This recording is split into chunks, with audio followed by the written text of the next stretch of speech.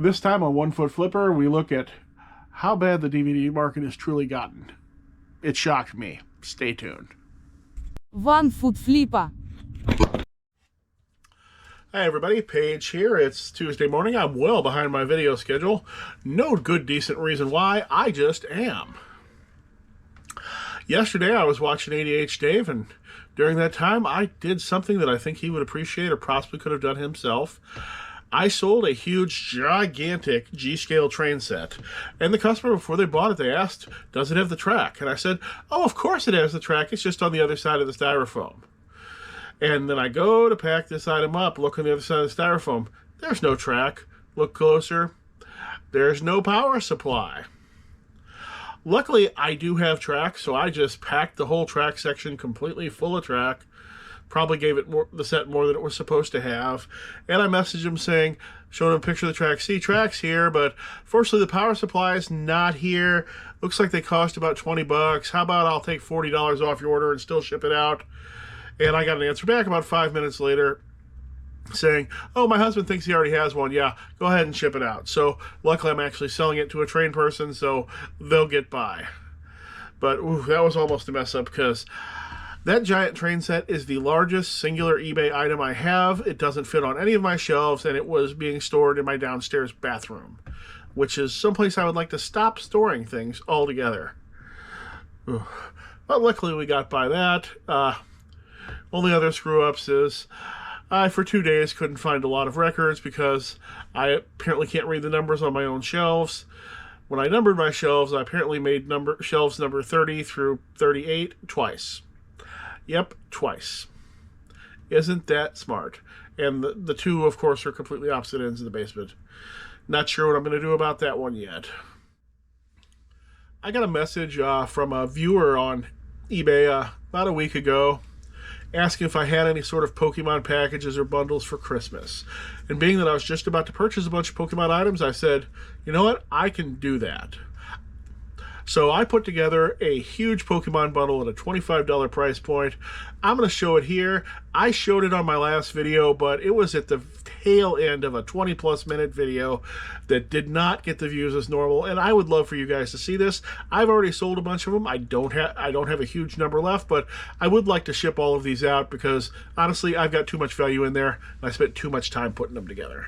Okay, it looks like I've got the Pokemon Christmas bundles put together.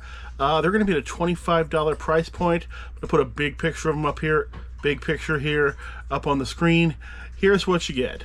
You get 20 random holo cards, 80 random non-holo cards, and both of these are heavily seeded with rares. It is not just a bunch of commons, because I bought a large amount of bulk rare of Pokemon, so there's lots of rares in there.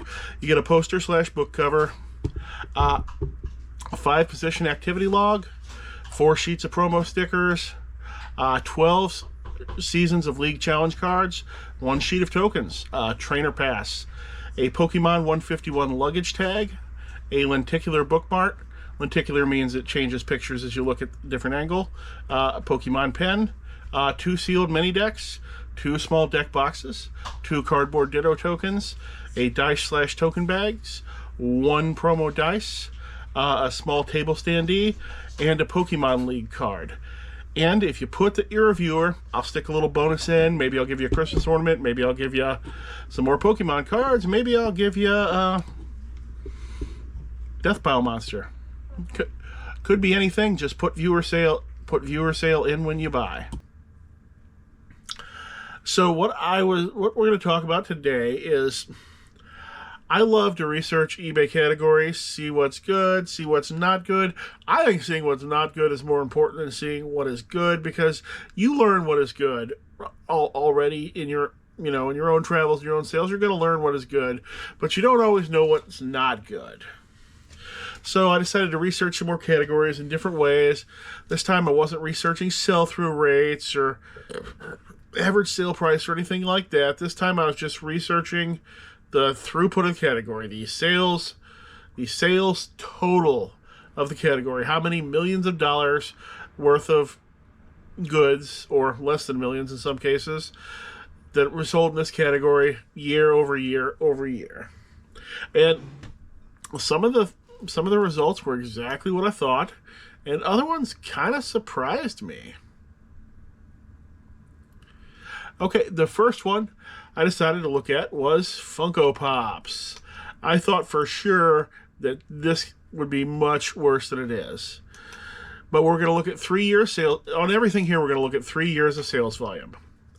Funko Pops 3 years ago did 57 million a year, then 52 million, and the last year they did 47 million in sales on eBay.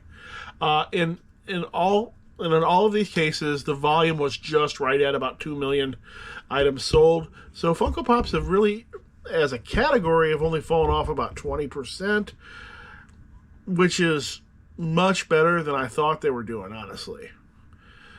Because I bought a bunch of Funko Pops a while back. I paid 50% because I was buying them from a friend, and I had trouble breaking even on them when I was done. They were falling so fast. Then I decided, let's look at some video game categories. Let's just first we'll talk about the categories that are actually holding steady. Xbox 360 held steady, $9 million in sales per year, 3 years in a row. Game Boy, steady, 6 million, 5 million, 6 million. Wii, also steady, 15 million, 13 million, 14 million. Those are steady sales. But what has fallen off a cliff? PlayStation 2 games. 22 million. 1 year later, dropped to 11 million. And in the last year, 10 million. Either people aren't buying PlayStation 2 games anymore, or those people trying to complete their collections are just giving up or getting closer to completing their collections, or could just be how bad the system looks on LCD TVs, and fewer people have CRTs.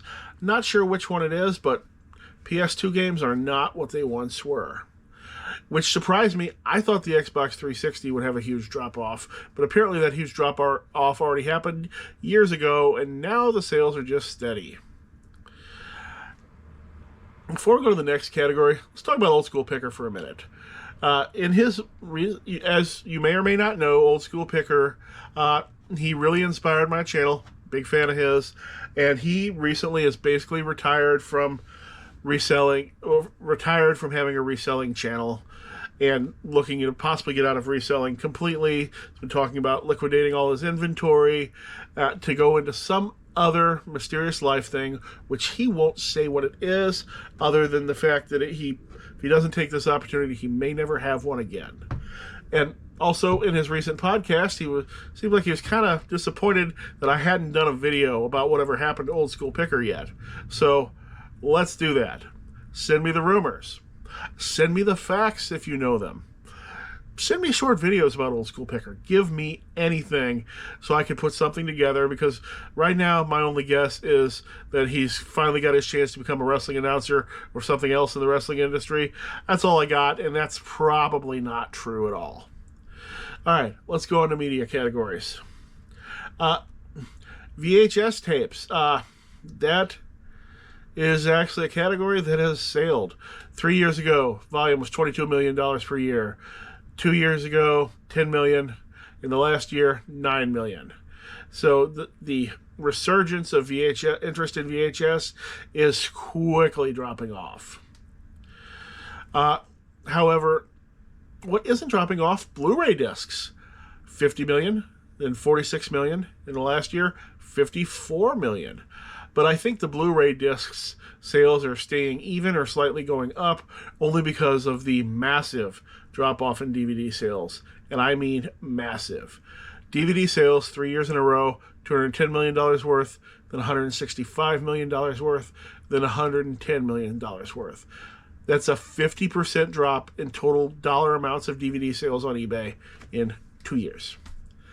And it's really more than a 50% drop. 70% of those are sold with free shipping. Once you actually take the shipping money out of that, I'm going to bet the drop's going to be more like 66%. Once you pull that shipping cost money out of there, that's hard to exactly calculate, but being as the average sale price went down quite a bit too in that time, I'm going to say that the actual profits are extremely down. Not an area that I'd be looking to ramp up in. I'd be looking to get out of it. I already did get out of it. If you look at my store, you're not going to see many DVDs. What you might actually see a few of, though, are retired Beanie Babies. I just ran this one for fun because everybody always wants to know about Beanie Babies. And surprisingly enough, this is a stable category. $2.6 million in sales, followed by $2.8 million, followed by $2.4 million last year. That's a very low but stable number of sales. So Beanie Babies have probably hit their bottom. They may stay there forever, but they are there. So next I thought, let's look at what my previous specialty was, Magic the Gathering cards. Magic the Gathering cards did $53 million in sales on eBay, followed by the next year, $37 million. I completely understand that. That's when the card prices started crashing. And in the last year, they've done $35 million, which makes sense because there has been no recovery there. However, what another kind of card blew me out of the water, graded sports cards. Now, I used my search string for this research. PSA is my search string for this research. So this isn't going to count graded cards from any other company or anybody else who didn't put PSA in that title. A couple years ago, $823 million in PSA graded sports cards sold on eBay. Isn't that number outrageous compared to these other categories that you would almost certainly thought would be bigger? You know, like DVDs. They outsold DVDs 6-1, outsold Blu-rays 16-1. Then the following year, huge drop, $535 million. And in the last year, $501 million. Another substantial drop, which is telling me that the sports card boom is not booming the way that it used to be. Isn't happening. I was also so surprised to see how much bigger that market was than the Magic the Gathering market. Although the Magic the Gathering market also has extensive sales on other websites, while sports cards do not have the level of sales on other websites that Magic cards do. And finally, graded comics, also a much larger dollar amount category than I thought they were. A few years ago, $129 million a year, followed by $119 million a year, followed by $106 million a year. That seems smooth. That seems like actually a pretty smooth number, just given that collectibles have had a general slide in the past few years. I don't think it's necessarily an indicator of people just losing all confidence in the category, like I think they have in DVDs, PlayStation 2 games, Funko Pops, and PSA graded sports cards. Those have all sort of dropped off cliffs, while comics are much smoother.